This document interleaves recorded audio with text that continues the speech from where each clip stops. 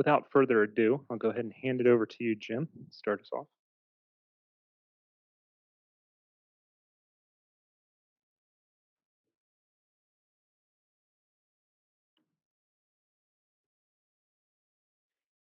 I am glad to see she got my 60 slide presentation loaded.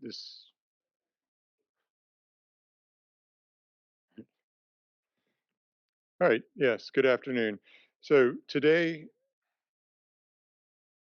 I will briefly remind you what GIDEP is, Government Industry Data Exchange Program. Then I will talk a bit about some of the information, some new information about GIDEP's policy news. And finally, I will give you a high-level view of some of the changes coming to the GIDEP information technology system infrastructure. So GIDEP's mission, before I talk about that, GIDEP was formed in 1958. It's 64 years old, just slightly younger than the Defense Standardization Program Office. Our mission really is to foster technical information exchange to increase safety, readiness, and reliability, lower total ownership cost. But at the most fundamental level, it is a database of information about parts. And parts obviously are the building blocks of everything we do in the Department of Defense and across the federal government. So, how does this really relate to standards? We're all familiar with the concept of conformity assessment. Non-conforming item is something that fails to meet a published specification or standard for that item. So specifications and standards tell us what something should possess in terms of technical characteristics. But in the case of GIDEP, it's when something doesn't conform to those requirements. Occasionally, a GIDEP document will talk about when a specification or standard has some flaws that need to be fixed. GIDEP also does have information on the obsolete or changed parts, which are Robin's bailiwick.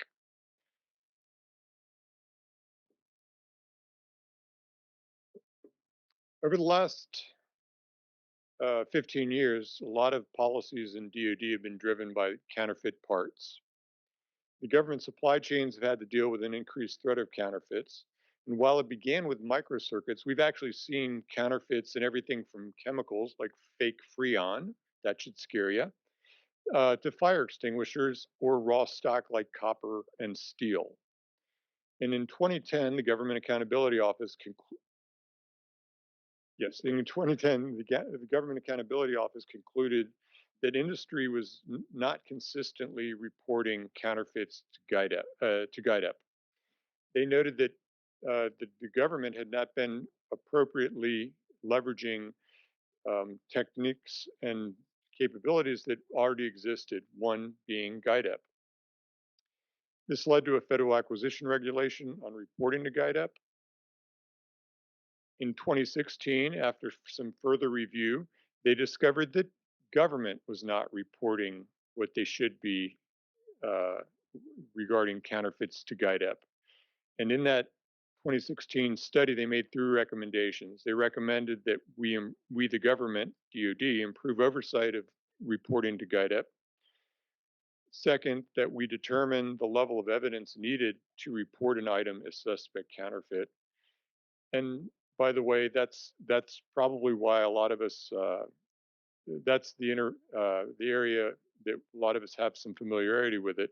The standards development community has been instrumental in achieving this particular goal, creating a wide array of standards and practices and procedures covering the many supply chains and how to detect and classify counterfeits.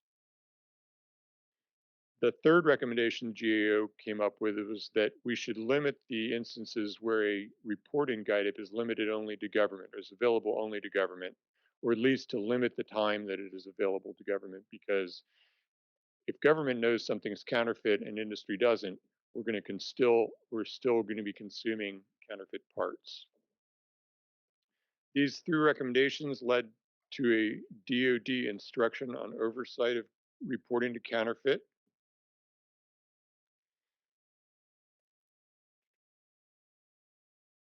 So on top of the counterfeit mitigation standards, As I mentioned, we in the standards community have been developing counterfeit item avoidance mitigation strategies and standards. However, this is a tricky business. Most every other standard we see is based on science, rules of chemistry, physics, biology. These are enduring rules. Physics doesn't change.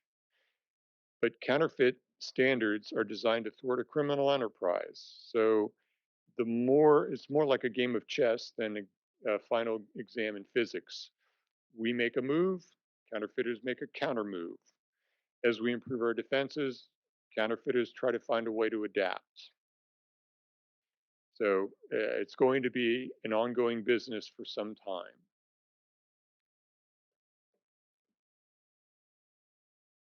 The GIDEP Federal Acquisition Regulation. Originally, GAO recommended the DoD make a rule, a regulation. NASA and GSA joined DoD to make this applicable across the US federal government. While it was created specifically because of counterfeits, the writing committee expanded it to include non-conforming items in addition to suspect counterfeit. That helps it conform to the Office of Federal Procurement Policy Letter 91-3, which requires all federal agencies to participate in GIDEP for counterfeit and non-conforming items. The four major actions that contractors who have this in their contract are required to do is first to screen the GIDEP database to see if there's information on uh, parts that they are intending to deliver or use to avoid delivery or use of bad items. The second requirement is to report counterfeits and nonconformings to GIDEP. Third is to quarantine those suspect counterfeit parts. We don't want them to be returned into our supply chains and get reused. And the fourth is to flow this requirement down to the appropriate level of the subcontracts. Now, the flow down prescription has been kind of a problem for industry and caused some consternation and confusion. So right now there is an SAE committee that is drafting an aerospace recommended practice to assist industry to comply with the regulation.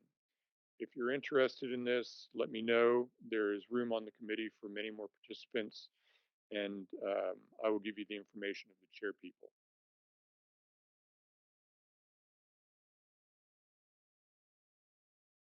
So has this federal regulation, which was signed out in late 2019, had any impact on GIDEP? It seems to have gotten industry's attention. In the year of and the year immediately after the regulation was officially signed out, we had a 60% spike in applications for membership to GIDEP. Further, over the historical time that GIDEP has existed, about 4% of the population report stuff to GIDEP. Another population statistic that mirrors this is about 4% of the US population donate blood. Both are good things you should do: report, donate blood. It's one of my favorite hobbies. Historically, after a report enters GIDEP, it's read hundreds and thousands of times by various corporations across our industrial base.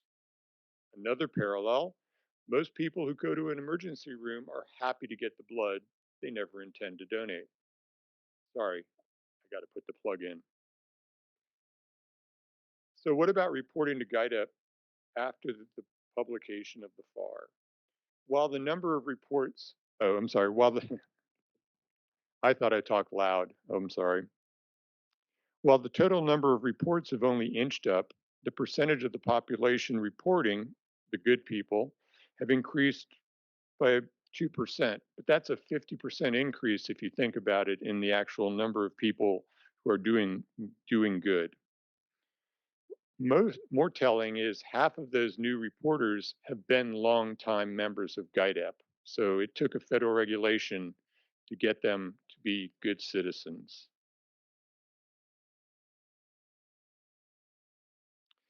The DoD instruction I mentioned. The GIDEP DoD instruction does not create any new reporting requirements for the DoD agencies.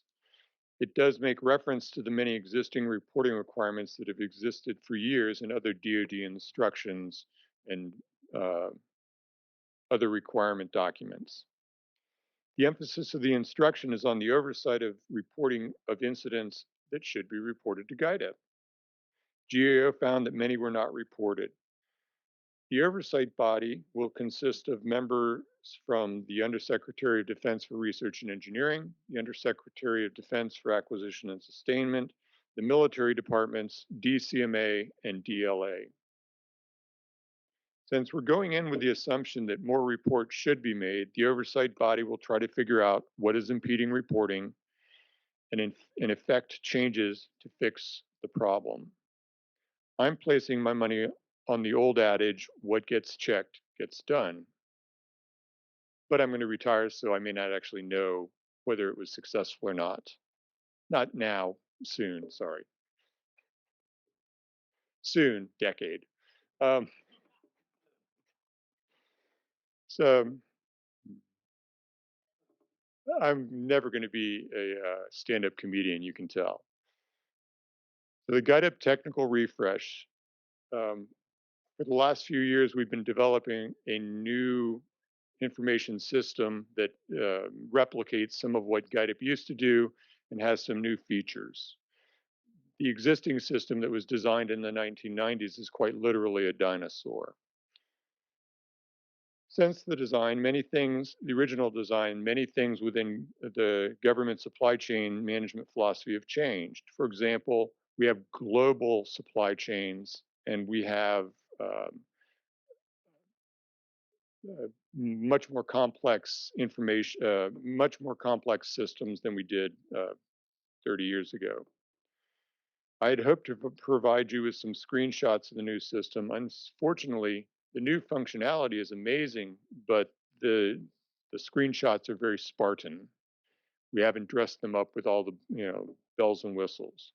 That being said, GIDEP users will be able to do some things that don't exist in the current system. They'll be able to add, customize their landing page with widgets that fit their needs. For example, there's a widget that will have the top 10 viewed reports, a widget that will allow companies with many users to see what their GIDEP activity is, a widget that will allow you to compare your bill of materials to the historic GIDEP database to get, so you don't come in and search all the time. The searches will be done automatically and sent to you. GIDEP revolves around parts, and parts are identified with alphanumeric strings with prefixes and suffixes and slashes and dashes. Most search engines have a real difficult time using a part number and finding a match because someone inadvertently leaves out a slash or a dash or a space, adds a prefix or a suffix, or leaves it out. The new GIDEP search engine will apply something that's called fuzzy logic and improve the search match capability. The data that you get out, you will be able to further filter on the fly and then download it to spreadsheets for further analysis. Obviously, since this is about reporting, the new system will make it much easier for a company to place a report in GIDEP. And finally, because we have many systems that capture this kind of information, the new system will facilitate the system-to-system transfer. For example, GIDEP system to the product efficiency reporting system. There are a number in the government. There are many within companies, and we'll be able to do that much more efficiently.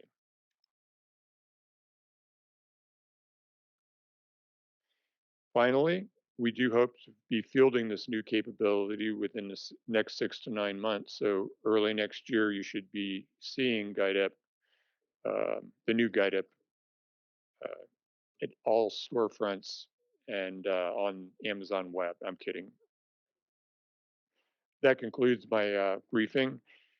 We'll do questions at the end. Yeah, we'll do questions at the end. Thanks, Jim.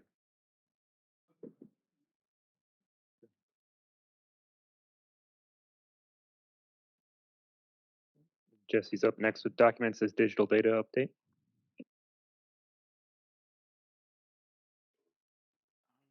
Can everyone hear me? Okay, good. So I'm going to be presenting on.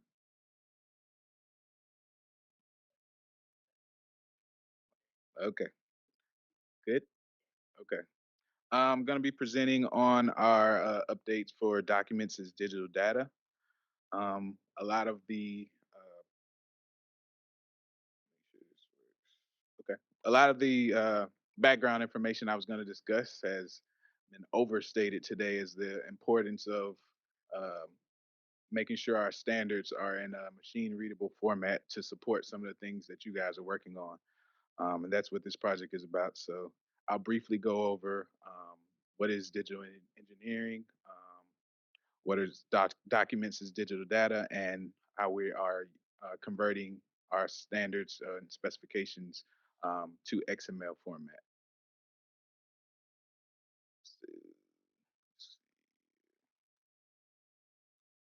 So I'm pretty sure all of these terms have been mentioned today in one form or another. So I won't beat you over the head with the definitions of all of these. But the main purpose of this slide is to uh, point out the two things for within the DoD of digital transformation, which is for the purpose of this presentation, the adoption of digital technologies and processes, and digital engineering, which is the integrated digital approach using authoritative sources of systems, data, and models as a continuum across disciplines and across the system life cycle.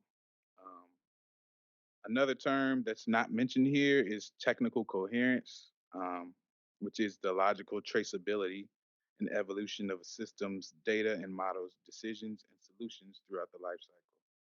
And I mentioned this because standards play a significant role in establishing that traceability and operability necessary between system data and models.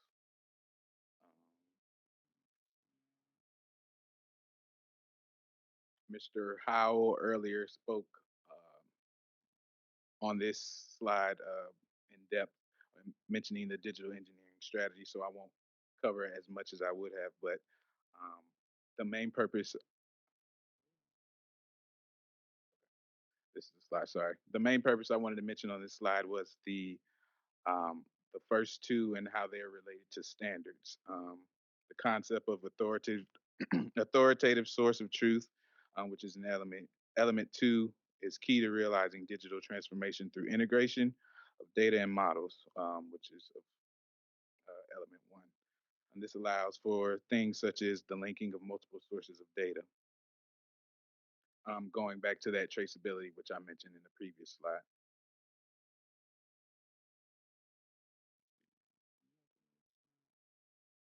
So for digital engineering, Docs as digital data is an enabler to an enabler. And for those who develop and maintain standards, documents as digital data has other more direct benefits. So if standards are being developed and used in digital products, processes, and tools, the DSPO needs to integrate digital tools and processes to provide standards in a digital form, allowing them allowing them to be useful further up the uh, digital engineering chain.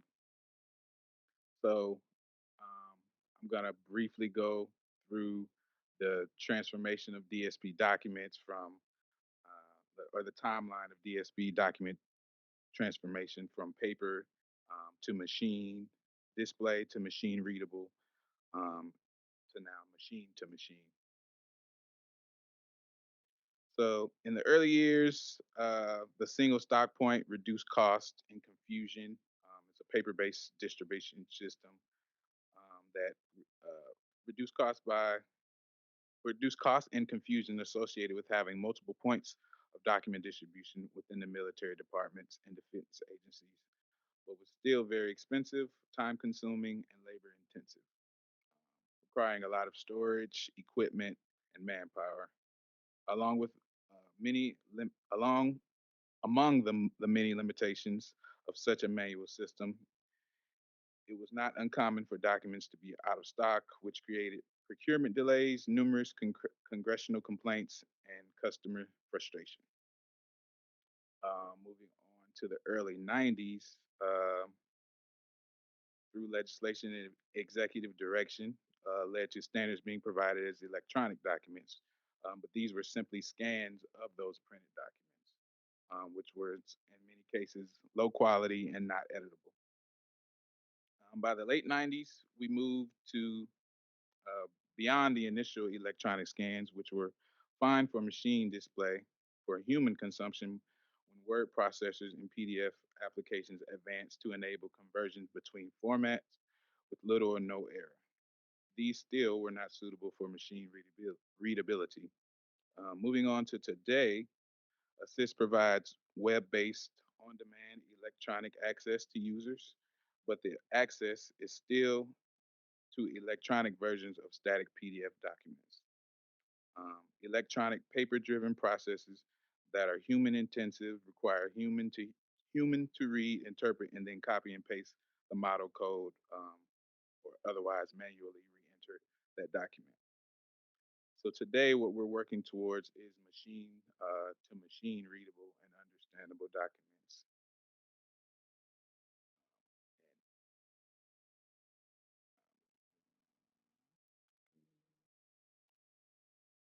Okay, so I'm going to move on to discuss how our XML conversion efforts and the challenges and lessons we've learned along the way.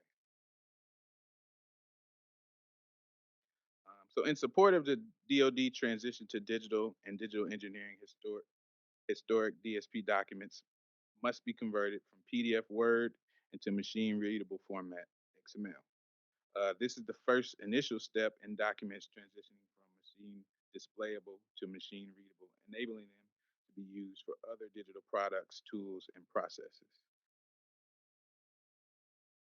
So, first step in our process was converting documents. Um,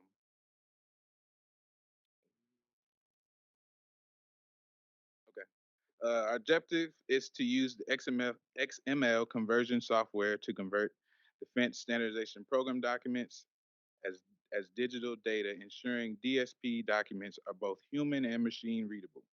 So in 2019, we began working with software developers to pilot conversion software's ability to convert DSP documents to XML. To date, the project has tested close to 250 DSP specifications and standards using what is known as the X-Style software. Additionally, in 2022, earlier this year, the software developer Inera delivered an additional conversion tool uh, that helps eliminate some of the pre-work users must complete on a document before converting it, which or what we call cleaning up a document before it's actually put into the software. This should reduce time spent editing the document dramatically. Additionally, we were given the opportunity to access XSB's tech spec software um, in an effort to support improving the tech spec software through access of DSP documents on hand, to access through access of DSP documents on hand and allowing the DSP to evaluate the tech spec software as a prospective tool in converting documents also.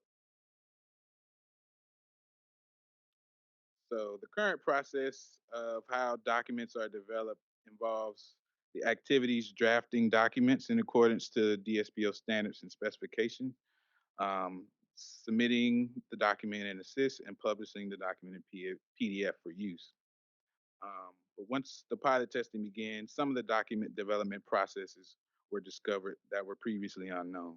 Um, some of those things are we expected for preparers to be using regular Word, but when left to their own devices, they do it how they want to do it. So they could edit it in many different ways, which causes issues when the software is trying to dictate what it is in that document. So one person might put a header in a certain way, and the software needs to know how that is displayed and the different various ways to know that, hey, this is a header, a footer, or whatever to remove it or actually tag that document properly.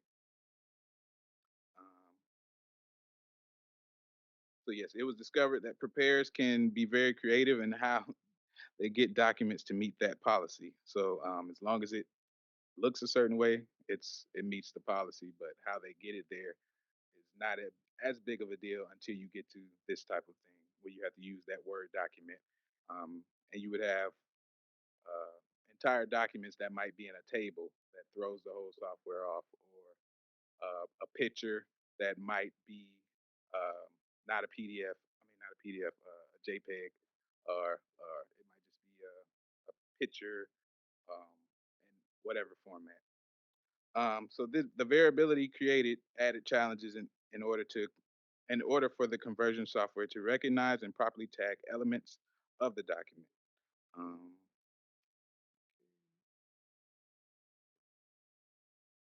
so the biggest limitation of the current practice is, of course, the documents not being machine readable. Current current content and format standards are very descriptive of how the final product should look or display, but allows for variability in document formatting. Um, as discussed earlier, in the transition from paper document to electronically displayed documents were scanned into PDF. Sometimes this resulted in poor readability. So another issue we're having is some of those old legacy documents that were scanned in. It's not possible to convert it into Word. So that's another issue we're going to have to determine how we want to go about addressing, um, whether that means retyping the whole document or some other form of addressing that.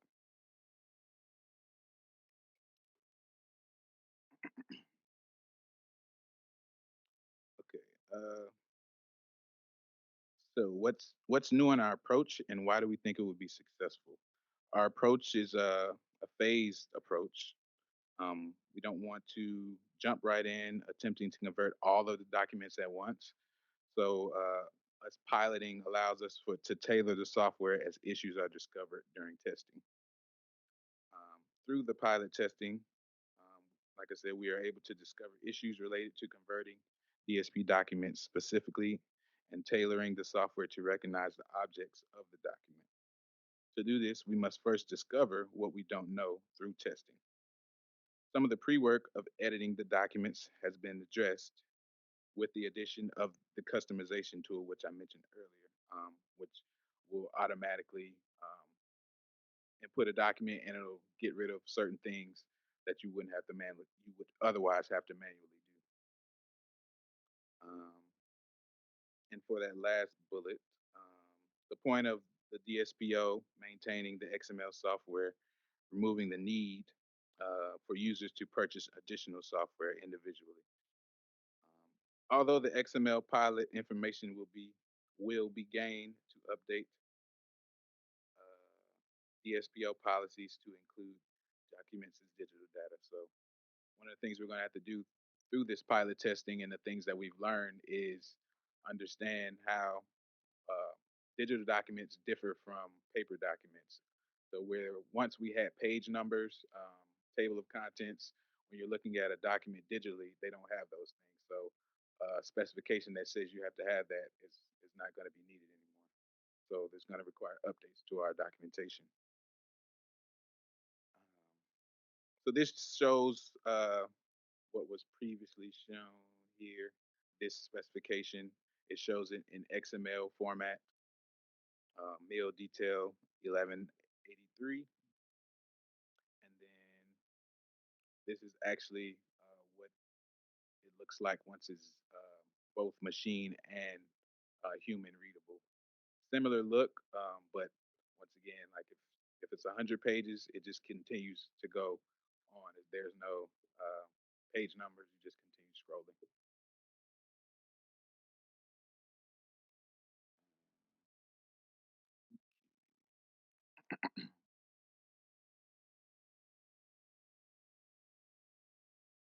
Okay.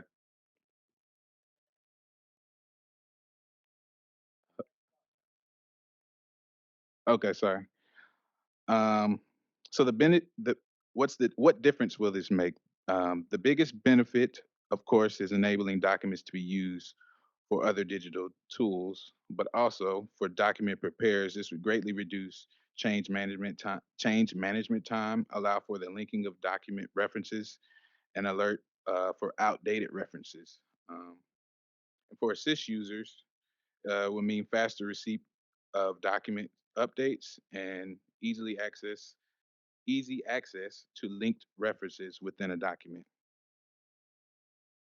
Transition will also require that the DSPO document standards be updated to include digital format that no longer require page numbers, table of content, change markers, and how a document is created and submitted in order for the conversion software to easily recognize objects within the document.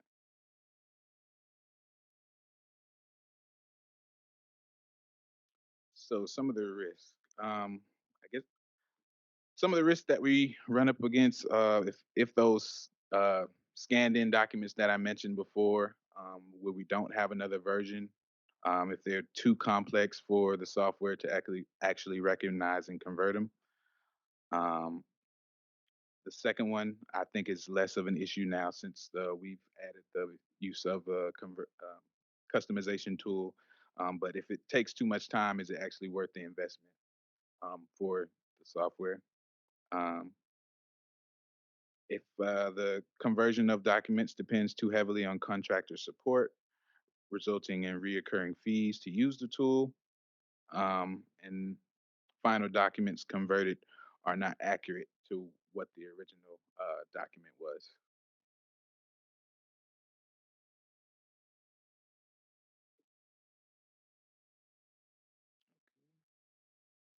So we're expected to wrap up the pilot tests later this year.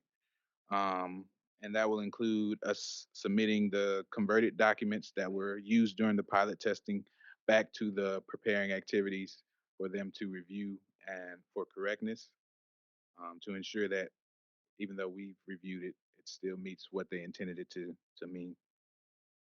Following the tool selection, DSP documents will begin being converted. Being will be DSP documents will begin being converted using the documents that are actually readable, and follow up by deciding what to do with the more complex documents that are harder to read. So the goal is by 2023 for documents to begin being converted when they're initially submitted. I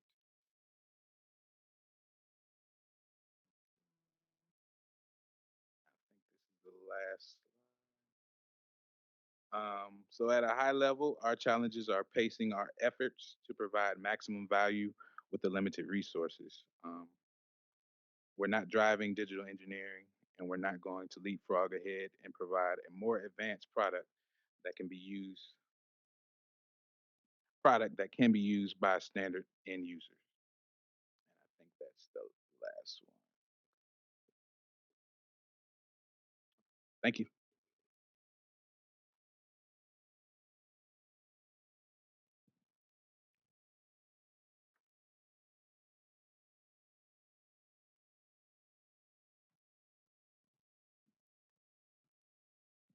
Hello, can you hear me? So I'm going to use this thing because I don't want to have to like stand so close to the microphone so everybody can hear me.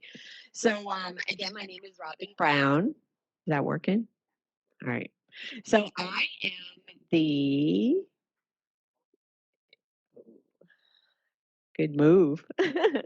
So again, my name is Robin Brown. I'm the program manager for two different programs for DoD, parts management and DMSMS, also known as obsolescence or diminishing manufacturing sources and material shortages.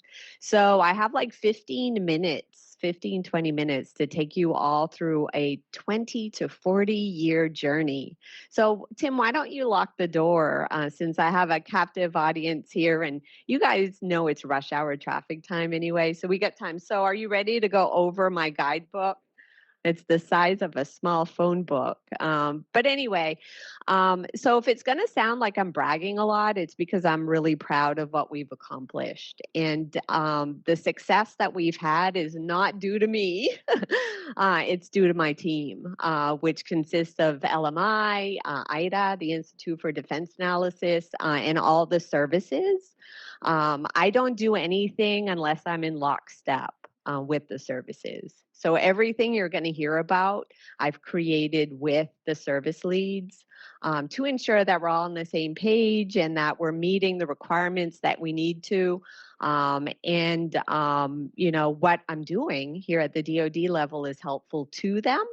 So I'm going to talk a lot about the synergy that we have between all of us in DoD, in the services, and also the synergy between parts management and DMSMS. And why I begged actually my former director here to let me lead the parts management program in addition to the DMSMS program about 4 years ago. So I think I'm preaching. Does everybody know what DMSMS is? Is there somebody that doesn't? Because I kind of assume that, but sometimes there is a newbie in the audience. So I think we're all on the same page.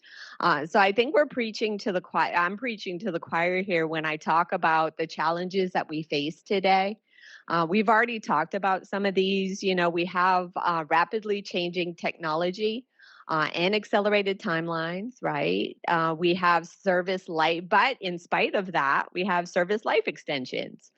So we're keeping our platforms, our configurations for a really long time, even though we have that rapidly changing technology. We have, you know, increased use of commercial parts, right? So COTS, commercial off-the-shelf items and assemblies. We've got some offshore manufacturing. What I've really realized, I've known this for a lot of years, but even more so in the last year and a half, and I'll tell you why, we really do lack visibility into our supply chain. We have obsolescence issues, diminishing manufacturing sources and material shortages. I like saying that for some reason. I've said it for 22 years now. We have counterfeit parts, as Jim mentioned, the lead-free issues, plus many more. As a matter of fact, DoD spends about $3 billion annually on obsolescence, solving obsolescence issues. And you know what? 90% of those issues are due to out of cycle redesigns. And if we did DMSMS management more proactively, 50% of that could be avoided. And each of those redesigns cost about $2.5 million. So with all of the challenges that we face today and the fact that we could be avoiding spending a ton of money, we need to do better. And in addition to that, believe it or not, we didn't have any guidance or policy or direction on, well, I can't say no guidance because this guidebook's been around for a while, but we had no policy or directive on how to do DMSMS management or to say that everyone had to do DMSMS management. So I am proud to say that we did not have policy since 1976. So in the 22 years that I've been doing this, and I used to be the lead at NAVAIR for DMSMS, I had to convince different students the same subject. You know, I felt like I was a teacher teaching the same subject to different students over and over and over, and trying to get their buy-in and trying to get them to realize the real return on investment in doing proactive DMSMS management. So finally, with the services help, we did get our first time ever standalone DMSMS instruction in November of 2020. So something good did happen in 2020. So what this instruction now says is everybody in DoD, every program office, and in addition to that, the Defense Health Agency asked to be added to our instruction, which really I think is unheard of, that anybody wants to actually volunteer to be part of policy. But now every program office for every system, every item in DoD, you need to establish that risk base. And if you guys are wondering where that is, it's in my little phone book here, which I'm dating myself because I think phone books are obsolete now. But you have to have that risk-based, proactive DMSMS management throughout the life cycle of all DoD items. You need to, and this is my hook to parts management, right? So when I talk parts management, I talk parts selection. So now you have to evaluate all system designs, right? Pick your parts more wisely, and redesigns for potential DMSMS issues that could arise during the life cycle of that item, and implement resolutions, of course, and mitigate the risks. And in addition to that, implement improvements to DMSMS management across DoD. I better speed up here. I'm only on slide 3.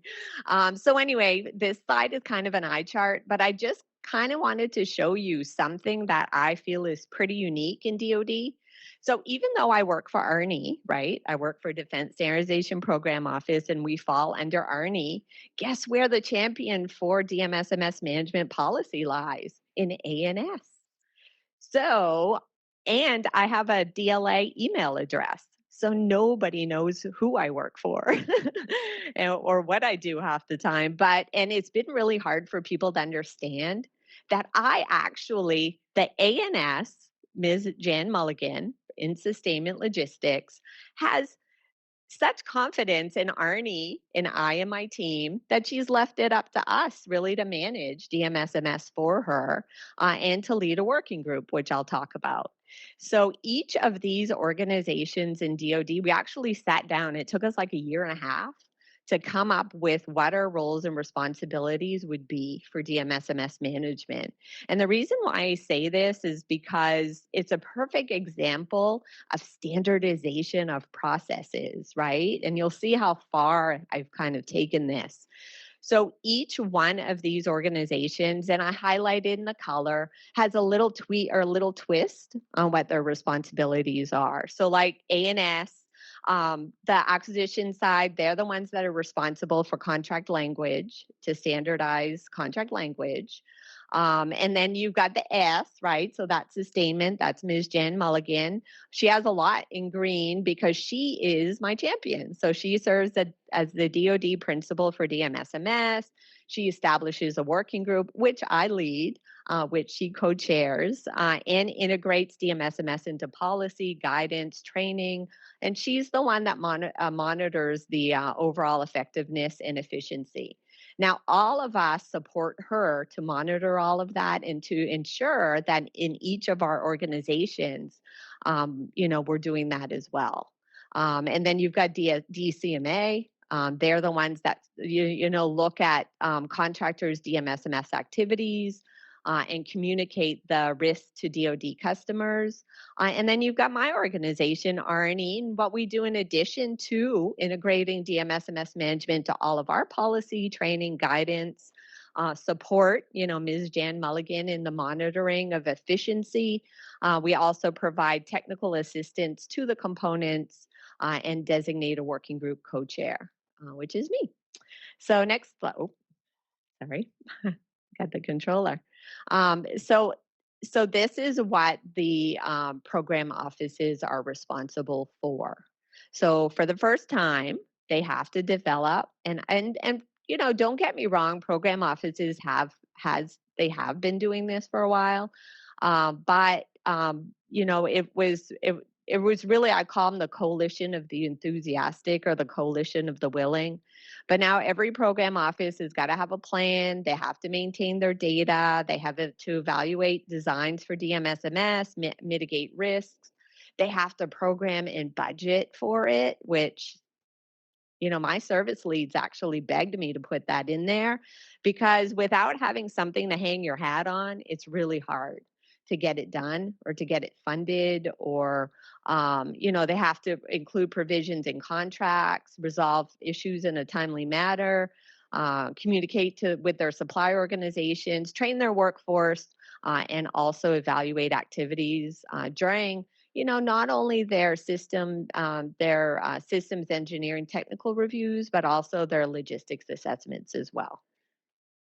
So what does this give us? It gives us for the first time a standardized process, across DoD, where all program offices are really following the same guidance and the same procedures. I do have a manual. It's actually it's close to being published. So it just went through legal sufficiency review, and we're adjudicated comments. And as soon as we do that, it'll get signed and published. So how does the instruction, the manual, and SD22, which is this thing I keep holding up, it's our DoD DMSMS guidebook, fit together? They're not duplicative. They are very complementary of each other. So the way I see it is the instruction is the outline. So it tells you all the things that you have to do. It's what the requirements are. The manual are the procedures. So the manual is like 30 pages. So can you imagine if this was the manual? So what SD22 is examples of all of the best practice examples of all of the procedures that are in the manual. So that based on your uniqueness, you can go ahead and, tailor what's in SD22 and use it. And what's pretty cool about the manual also, for the first time, it actually has the working group charter in it. So it formalizes the DoD DMSMS working group as well. And I am going to not go over the SD22. That could be at least a 4-hour training. But if anybody's interested, it's in Assist. So please take a look at it. We do have a process. Not only is the United States using this process, but due to the fact that I adopted the IEC 62402, which is perfectly aligned, by the way, with SD22, because we helped update it, 13 countries across the world are actually following the same process when it comes to DMSMS management.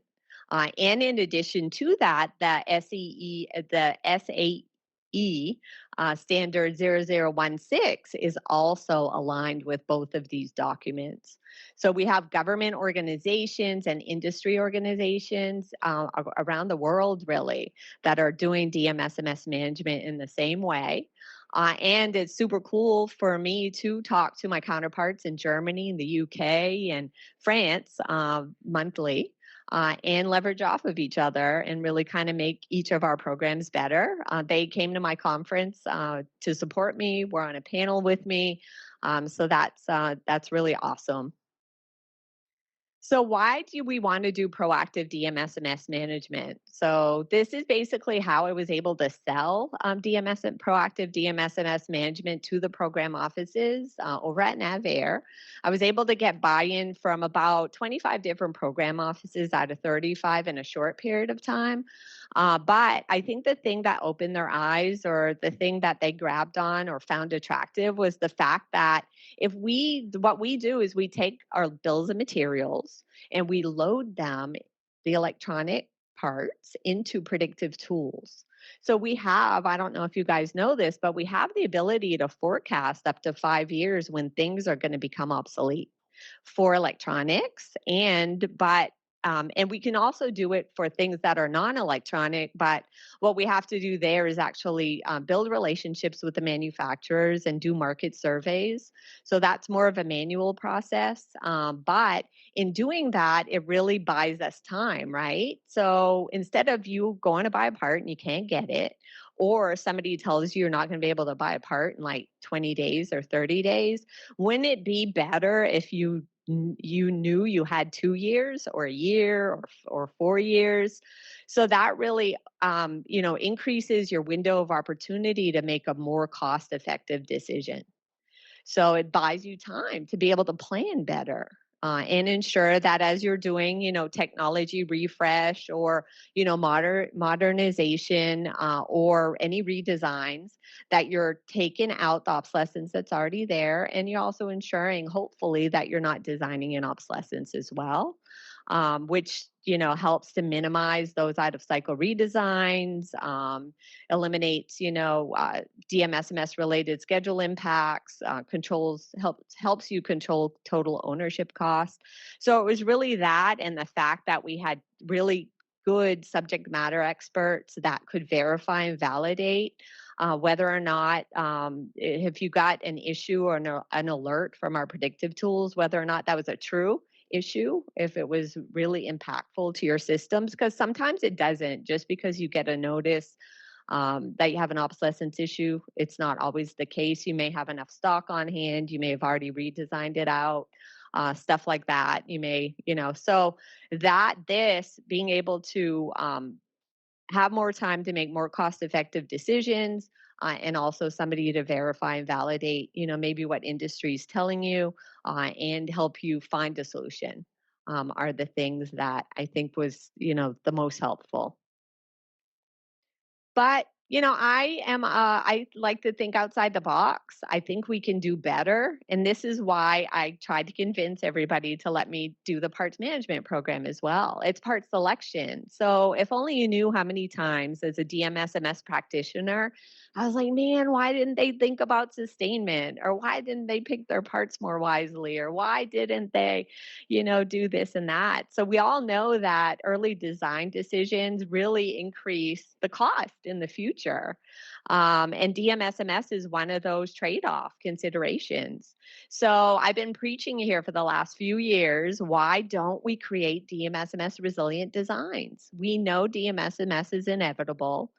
And apply that, what I talked about earlier, the future system modification, refresh planning to let's try to avoid DMSMS issues altogether, or at least plan better, because some of them are going to happen, or delay the occurrence of the issues when they can't be prevented. And then what do I mean by DMSMS resilience? It's really achieved by, and I kind of underlined a few examples, selecting long life cycle items. Don't buy like old generations of families or, of your parts, single sources of supply, the risk there, try to avoid that if possible. Because it really narrows down your options. And then, using open architecture and designs and other techniques. So that's my tie to parts management. Better part selection will help with DMSMS management and avoid, in many cases, a lot of the problems that we currently have in sustainment and even in production. So I do have the parts management program in addition to everything that I've talked about. So something new that happened not too long ago is we finally got in the DODI 5000.88, we were able to add a section that says that the PM will ensure that a parts management process is used for the selection of parts during design. And then we've got a couple other documents here I won't go over due to lack of time. That really gives us the authority, something to hang our hat on. But in addition to everything that I've talked about, I hope you all realize that better part selection has a lot of benefits, right? It's not just what I've talked about thus far. I mean, if you pick a part that's already being used, maybe you already know it's highly reliable. You already have the tech information, tech data. It helps with demand, right? We're less than 1% of the market in the United States, for DoD. So the commonality using similar parts definitely has a lot of benefit. It reduces it increases supportability, enhances reliability, reduces that logistics footprint. So I do have some parts management guidance as well. So I have an SD19, which is a lot smaller than my SD22, but I'm working on making it more robust and really beefing up our part selection criteria. I have a SD23, which is an item reduction guidebook, which just got updated in June of 2022. And then I have a SD26 for all, if any of you care. We put together DMSMS contract language in the SD26. So if you need contract language throughout the life cycle, that would be the document that you would go to. And we're currently adding parts management language to that as well. And then I won't go through all of that, but I just want to say I don't really just stick to my own policy. So all that you see on here in the last few years are all of the other policy guidance and legislation documents that I've actually touched and reviewed. Or I should say my team has. And we've added recommendations for parts management and DMSMS in every one of those documents. I do have a parts material management working group. It has about 400 people, 60% government, 40% industry. We meet quarterly. We have a big conference annually. I actually used to have 2 working groups. Long story short, saw a ton of synergy between the 2 and decided to combine both communities, both of my programs into one. And have been doing that since the end of 2019. And so far, I've gotten nothing but positive feedback in doing that. And in addition to that, for first time ever on Valentine's Day of 2022, the parts and material lifecycle management credential was deployed. So I have my own DoD credential. It brings together 13 courses that include the DMSMS courses that we have already created, the parts management one, counterfeit, systems engineering, and other things like modular open system approach, market research, trade studies, things that will be super helpful in doing parts and material management. We have 2 knowledge sharing portals, so every one of those documents can be found at these links, and I know these slides will be shared. DAU is the host of both of these portals. And I'm really proud to say that I really believe that your network is your net worth. And I'm always proud. I feel like $1 million standing up here. I really do, because of all the organizations that I've talked about, and the services and my working group and my, international partners and my industry collaboration that we've had throughout the years. I definitely couldn't do this without them, and love the fact that we're really all on the same page and looking to think outside the box and improve even more and become more efficient. So I do have a conference. The next one will be in February in Savannah, Georgia, 2023. We're looking for dynamic speakers and abstracts on different themes. I posted the website here. I give out achievement awards every year. And I just want to list all of the other working groups that I'm part of in DoD because I'm not a big fan of duplicating effort. I find myself many times being the connect the dot person, bringing people together to help them realize that they may be working on the same thing across DoD, and it would be maybe better to collaborate with each other to avoid that duplication of effort. And last but not least, I begged again to be added to another team in January of 2021, the Defense Microelectronics Cross-Functional Team. So I don't know if you've heard of them, but I've been on this team now for 1.5 years. It was put together by the Deputy Secretary of Defense to help with guaranteeing long-term access to measurably secure microelectronics so that we can enable overmatched performance for the warfighter. And we've been working on a lot of different things in the past 1.5 years. We're looking at a front door organization for decentralized execution for microelectronics. We're looking at, motivating programs and their primes to modernize, technology refresh, and exploit the most capable ME And you guys can read it because I know I'm out of time and you want to get home. And guess what? I'm going to the beach tomorrow. So you're standing in my way now. No.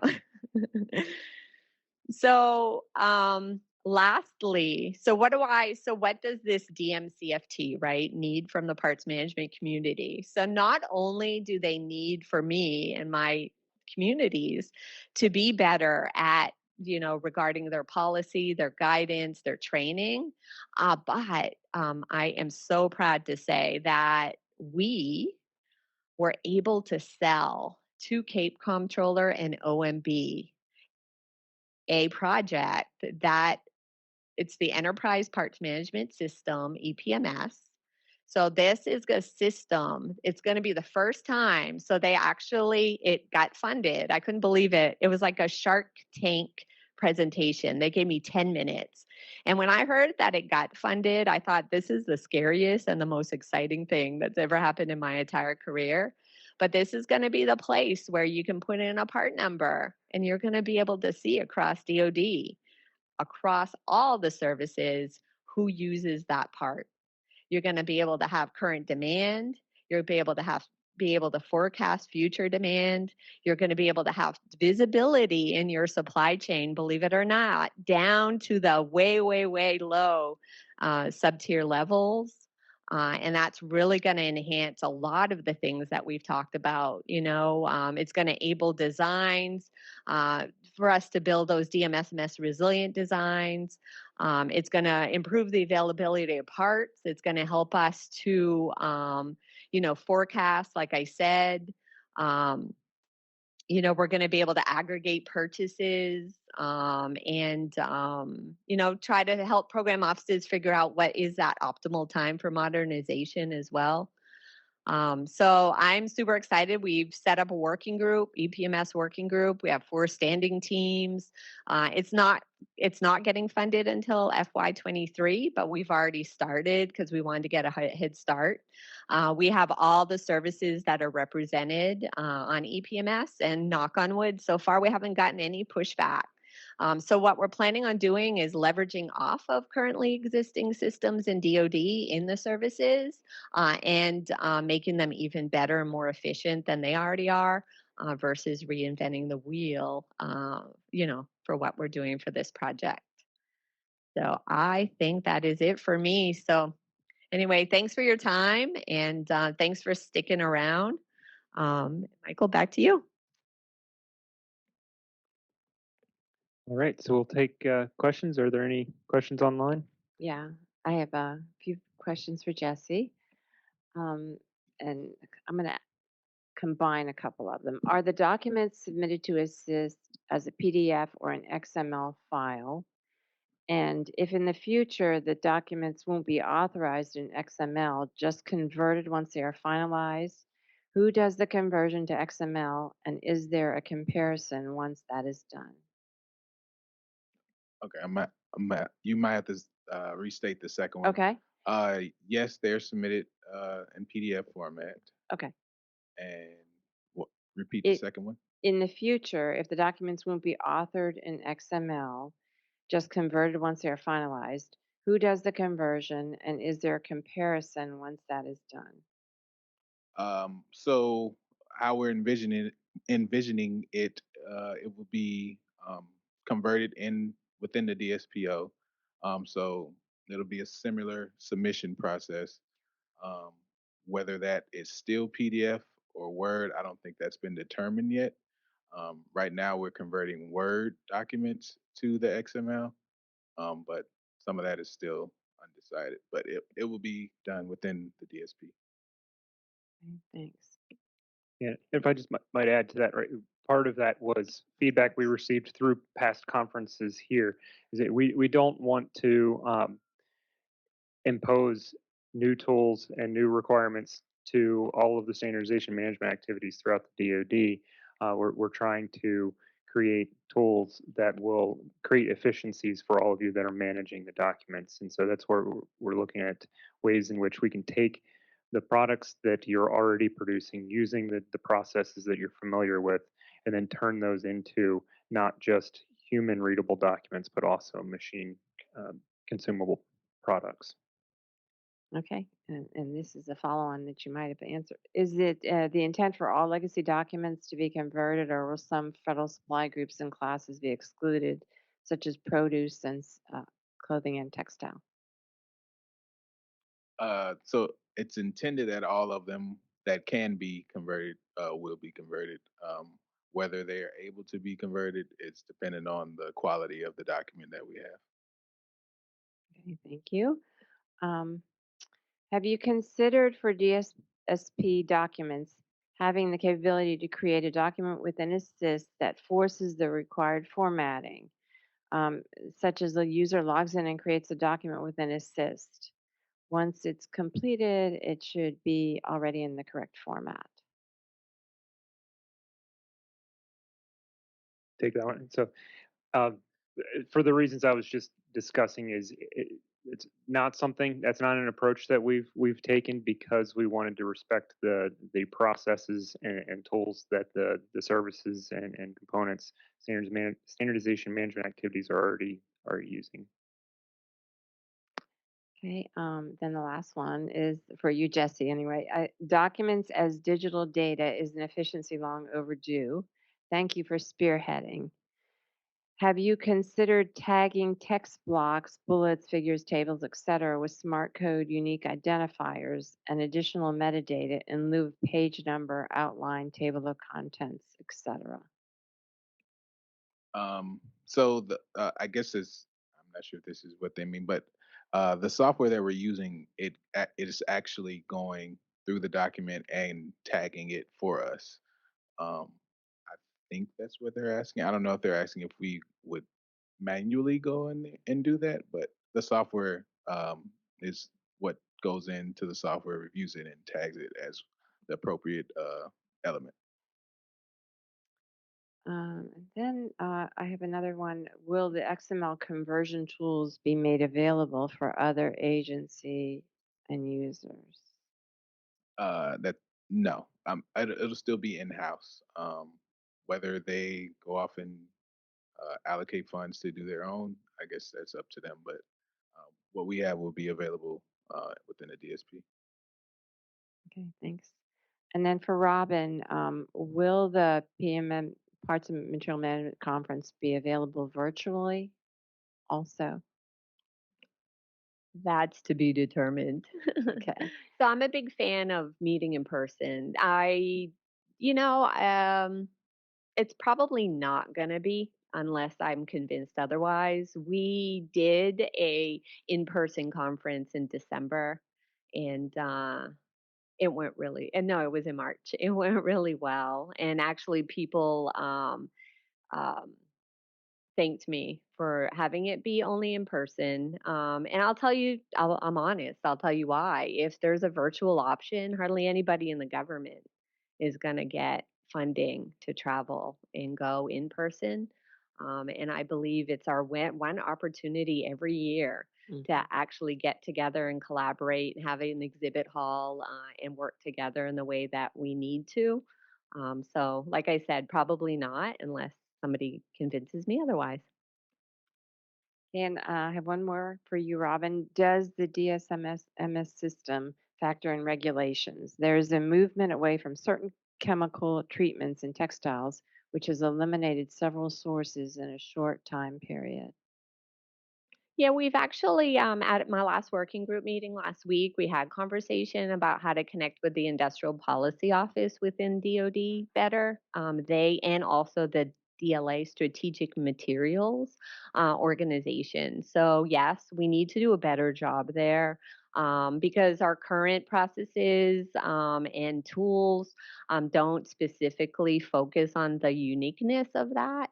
But in addition to that, though, when it comes to EPMS, the Enterprise Parts Management System, we are planning on including, materials in that system as well as parts and even COTS assemblies. That's all I have virtually. Yes, Jesse, I had one more question. Right now with PDF documents, when we download them from Assist, they come with a like it's like down in the margin on the first page, there's like a timestamp when it was downloaded. So there's like there's like a record of when it was downloaded.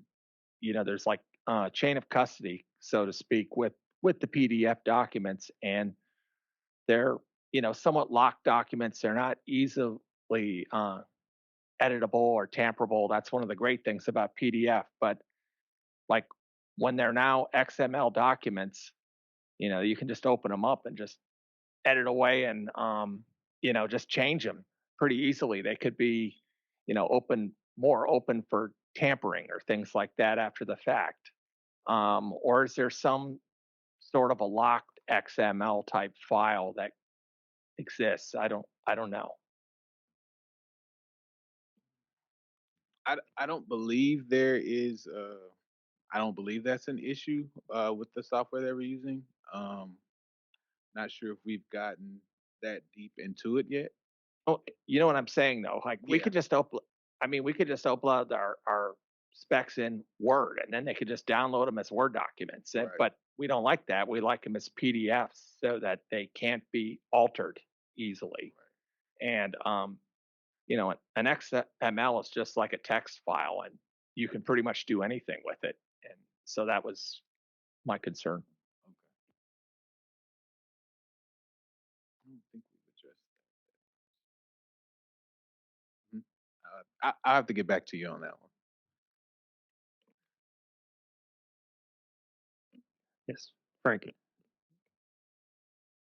So I certainly, so is Jesse and Michael. So I understand this process is going to evolve, and I guess I'll have to sit back as an SMA and see how it works. But based on you not burdening the SMAs to come up with the software, I assume if I send you a complicated, complex document that takes a while for it to be converted, what's going to be the backlog for me issuing that document or getting it to print? Because in the past, I'm just sending you a PDF and whatever checks are normally done. Now it's going to go through the process, and now there's going to be a delay, I would expect. Has that been figured out as to what that might be? So I think I kind of mentioned it in the presentation where we're going to have to update our current policies to put some type of framework as to how they should be submitted to us. That hasn't been finalized yet, which is a part of us understanding what it is that we need to do from the testing. So it won't be just give us anything and we convert it for you. There'll still be some framework of how it should be submitted.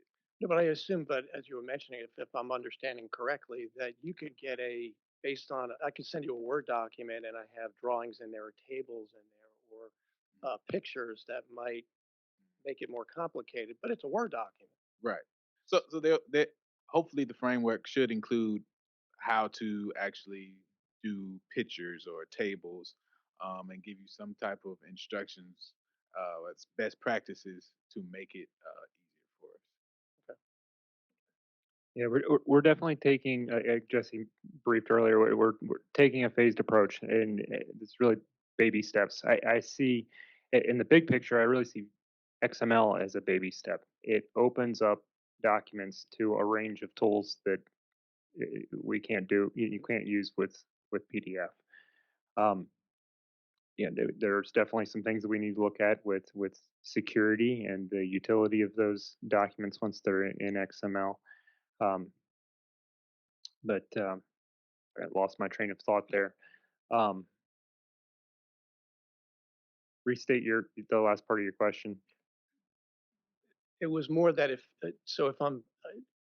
the basic document I submit to you is Word, and Word is probably a good conversion Yes. software. Okay. Right. Thank you. Complicated. Right. So, So one of the products that I think we'll eventually get to is moving beyond submitting documents in Word. As the documents become used more predominantly by machine to machine, through machine to machine uses, applications pulling from the documents, we'll get to a point. How many years out? I don't know. Is it 5 years, 10 years, where we will be submitting documents in XML or some digital format?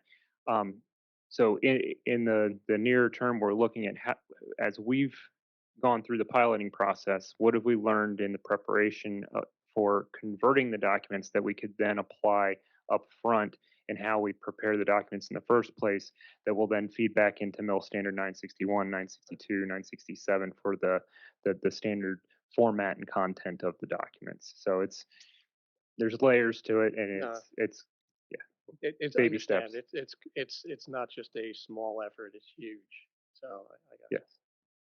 Thank you. No, thank you. Good question. Yes, Mike.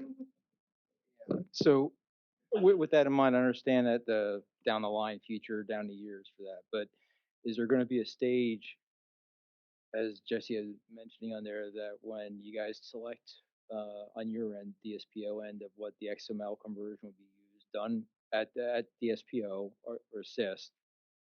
Can you hear me? So with that in mind, is there going to be a stage in which we're going to be submitting our document, whether it be a PDF or a Word, um, to into the assist to be converted over to XML? So that's something we're looking at now. We're taking the products from the initial pilot, sending them back to the preparing activities to do QA, learn from that. And that's part of what still needs to be determined is what is the next step. So we finish this round of the pilot, have a tool that we can actually use to convert existing documents. How do we then move beyond that? So it's on our list of things to look at. It is Yeah, I guess what I'm getting at. So before you flip that switch of going that way, where we're going to convert it over to XML, you'll make sure that we have this in process smoothed out. Because what I'm concerned about, thinking about like what and tagging along with what Frank was just mentioning is, so we get a document on our end, the SMA end that we work on, we get it, and let's say it's a 50-page document or something that we have that would look good to us, either in Word or PDF, whichever is required at that time. We go to submit it, and on your end, which I understand the whole idea of not having us having the XML software because of, for example, for the Navy NMCI, we went through this on previous conferences like you mentioned, so I totally understand that. But you guys go and convert it on that side. I'm wondering of what the time span is, because now it's getting kicked back to us for QA on SMA. In other words, you submitted it, you worked on this document for months, whatever, we got it coordinated through, we did all that, and now we hit the button to submit it, it goes over, gets converted to XML. Now, at some point, I would imagine that we have to be doing a QA check, which is going to fall back onto the SMA, plus also the SMEs, to make sure that that is correct. The document is correct now to be used by other people out there. So that's. I know Word has a save as XML in the file formats you can save as. I haven't tried it yet, but I'm I'm I'm thinking about going back and taking one of our typical ballistics or CARC specs and then just big long complex and then trying a save as under the XML and just seeing how scrambled it gets, or maybe it's not too bad. I don't know. But maybe that's a good pre-flight we could do. So the last round of piloting was investing in a tool to clean up the documents prior to the actual conversion, because of the variety and ways that people use Word to achieve the same look in a document. So once we get this next round of data and work with the PAs, we'll know a little bit more about how much more work is it going to take to get to the point where it's fairly automated, right? Because the whole goal of this is efficiency, and so we don't want to be adding weeks, months to the availability of documents. Right. Yeah, I understand that it's in the we're in the very still in the beginning stages of getting this down to the final thing there. And the only thing else that I would mention that we have to be thinking about over time, since we have time, is how we're going to handle all the previous specs, because you're going to find some specs that were scanned in literally just from, we had an old copy, we scanned it in, so it's total image that went in on there, and then you're going to have mixtures. We're not even considering ones that were published prior to 1996 for exactly that reason. They're just not. You can't read them. I will say one thing that I'm looking forward to is if the individual page numbers goes away, that means the headers go away too.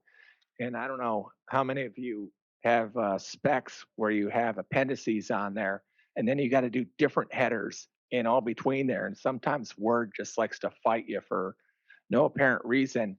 And then for no reason, it'll kick that appendix back to page one, even though you said a different page one. And sometimes some documents you can't even save them. You have to end up just taking it and then finding another document that behaves as a, and then making a copy of it as a donor document and then pasting it all over onto the other one because it's like it's the other one's like infected. Remember, they're sexy standards. Yes, Greg. So you can see Jesse's got his work cut out for him. So the XML save on Word is format oriented. So you would not be creating intelligent documents.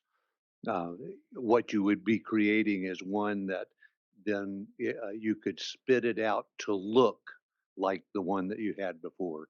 So it's, yeah. So I understand your question, but it's not a good option.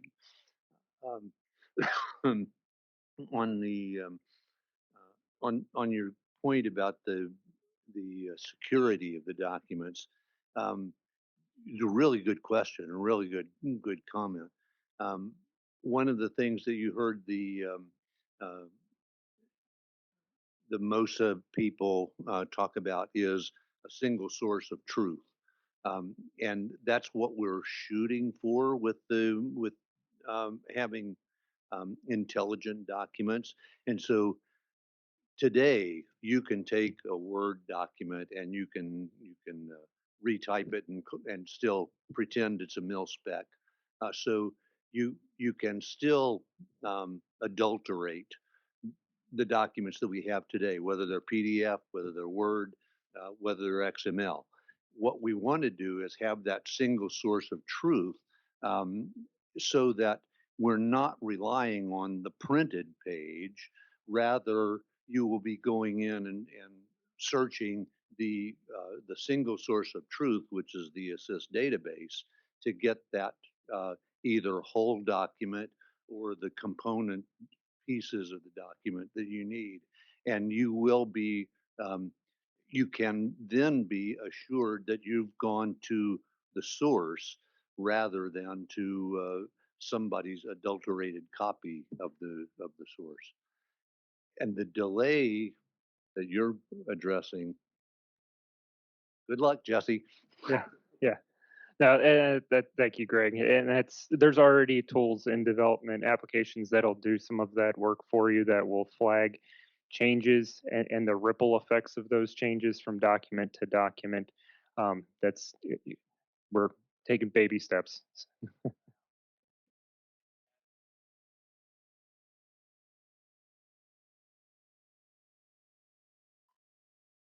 Was there one more question in the back? I know we're reading into what's on the agenda as the closing remarks, but this is much more valuable, I think. I thought I saw a hand, maybe not. Is that it? Or, yeah, go ahead. Another one, but this one's for Jim. So I'm one of the 4% in for GIDEP for turn things into some. But as a GIDEP representative, what would be helpful to me, and I don't know if there's a widget that's going to be part of the new look, where I would know who the other representatives are, either at my site or at sister sites, as well as other representatives at other locations. And I don't know, to be honest with you, I don't know if I'm able to do that with the current system. And if I am, I'm going to say it's a little bit cumbersome. So there are people that come to me, and I'm trying to find out, well, yeah, who's at Navarre down at Pax River, well, I'm at Lakehurst, and so on. So it's I wonder if that's something that's an add-on. We will be creating widgets that are commonly asked for, but in the current system, there is a listing of all representatives and users that you can access. It's the participant database. So you can already get that. Okay. But obviously, it would be better if that's something you want to be able to see easily, that it be a widget that you can add to your homepage. So I'll make a note of that. Okay. Thank you.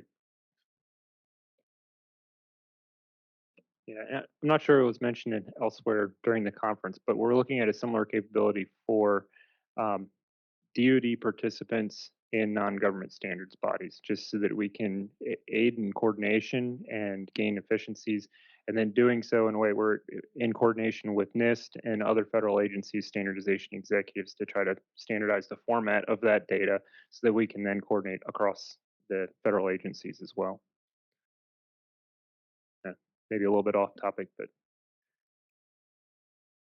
all right. Well, it is about 5 o'clock, so I'll just give closing remarks from here. I just want to thank everyone who participated, those that hung on online and in person. We know who the real diehards are. So thank you for all the work that you do. As Daryl Howe mentioned, right, everything that we do really comes down to supporting the warfighter.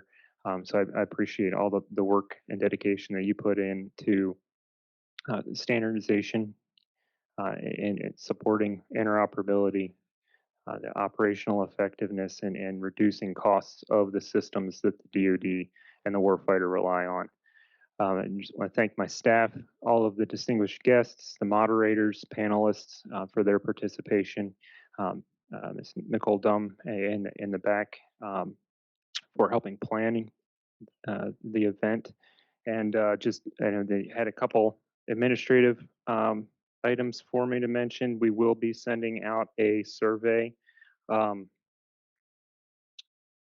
Please let us know what was good about the conference, what wasn't so good. How can we make it better for you next time? The whole goal of this is to support all of you. And then finally, yes, stay connected. We'll be posting more information on our website, more anniversary, like celebratory content, looking back at the history of where we've been, remarks from our DSP leaders on YouTube and on our website. So please stay tuned, stay connected. Thank you.